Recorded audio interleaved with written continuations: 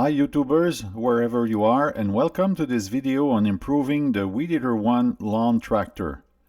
My name is Luc Thibault. I live in Montreal, Quebec, Canada, and as you can tell by my strong accent, I'm French-Canadian. I work as a training designer for Hydro-Quebec, a very well-known enterprise that I'm very proud of, and one of my hobbies is car and motorcycle mechanic, as well as home improvements and remote control airplanes. I also perform computer-based tutorials, and my voice is used very often in many online training modules and videos. I'm sharing this video to give you potential ideas on improvements on your lawn tractor, and just because I basically love to produce multimedia material. When I started looking for a lawn tractor, I was a bit reluctant to pay $2,000. Without too much time available for this project, I quickly started looking around for a used machine and found this one for sale at $600, a cost that was split between me and my neighbor, so for $300 I could put it in my garage for next summer. Shortly after picking up the machine, I found many negative reviews on the internet, and I was expecting a complete disaster. However, I found many positive points about my acquisition. Parts are still available at reasonable costs, even the clutch via eBay, for example. The motor is very reliable. My unit was in pretty good shape, showing that the previous owner was using it moderately.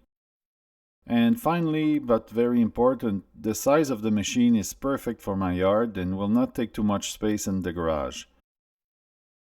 So with a very long and hard winter, lasting 6 months straight, I had plenty of time to completely dismantle the machine. So I started by replacing the friction disc, found a provider on eBay that was selling brand new units, and performed a complete review of all bushings and chains, as well as repaint the blade housing, put on many Briggs and Stratton stickers, sharpened the blade, and perform usual service items such as oil change, air filter, and spark plug replacement. Now, I must be very honest, I don't think that someone without technical skills and tools should own any lawn machine because they do need maintenance and repairs. So once that was done, I started testing the tractor and found it was responding very well and showed good power, even enough to climb my steep driveway. So I was satisfied enough to consider implementing a few improvements. Here's what I've done. Battery setup. The battery was initially installed underneath with a bolt-on bracket. With this setup, you just need to lift the seat and disconnect the battery, secured by Velcros. So in a few seconds, I can take out the battery and charge it. The 4mm gold connectors used can be ordered from Hobby King or found at local electronic parts stores. Handle.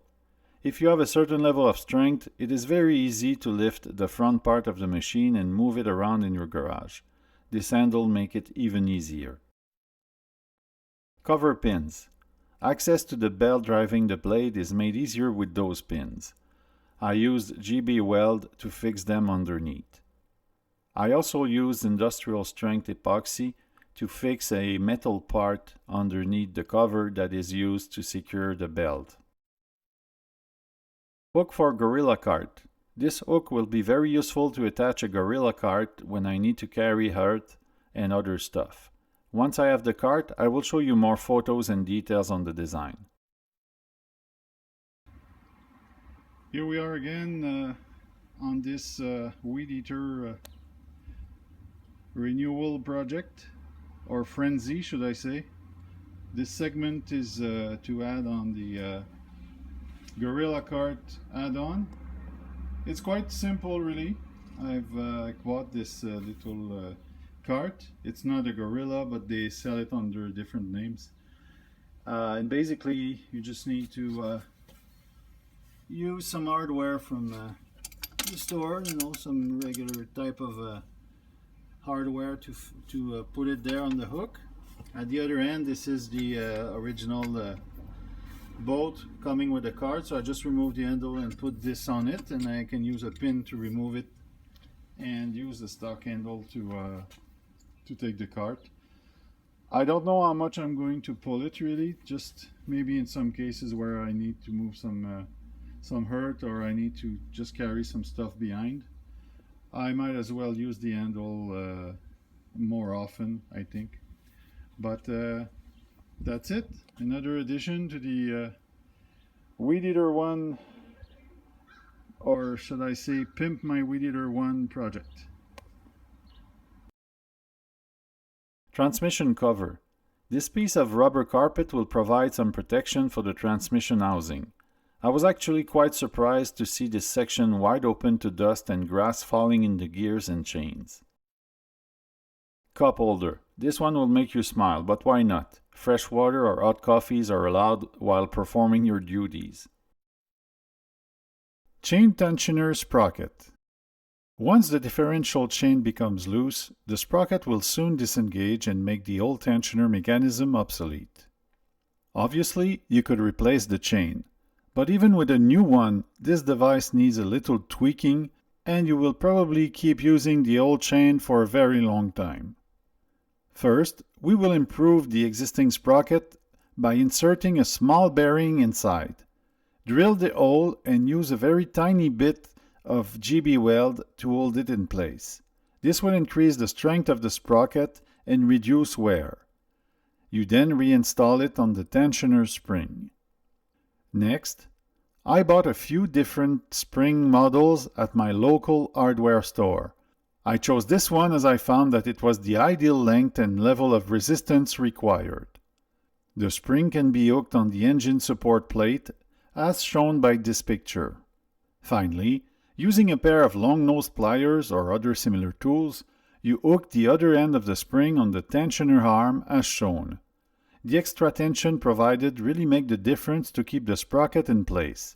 I have tested this setup many times and it's looking very promising.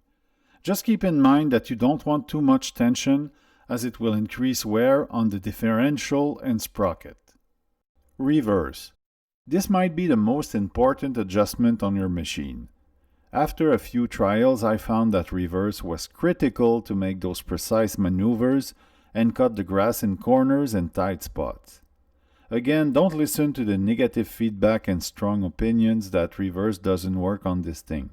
It does, and it works very well too. With the new friction disc, I started by removing the top portion of this arm, and while the engine was on and releasing the clutch slowly, move it with my hand in different positions to check where reverse was working. It looked like I had to move that plate all the way to the left, but then I had to shim with my Dremel tool the top hole where the adjustment bolt is located in order to move that back plate and find the sweet spot. You might need to do the same and the operation can last some time, but remember, when the arm is on neutral, the machine should completely stop moving. Reverse is strong but very slow, by the way. Stuff grabber. This very cheap and popular item sold at most hardware or dollar stores is so convenient to grab branches and stuff that you need to remove before you can start cutting your grass and saving your back at the same time. With this installation, you can keep it handy on board your machine and pull it whenever it's required. To fix the stick, I use plumbing brackets with magnets on top, and then I recover the brackets with GB weld to secure them. New bolts. The original half-inch bolts were worn out and felt like the threads were damaged, so I pulled my good old tap and die set and replaced them with new shiny 9/16 bolts. Plus I think it looks awesome.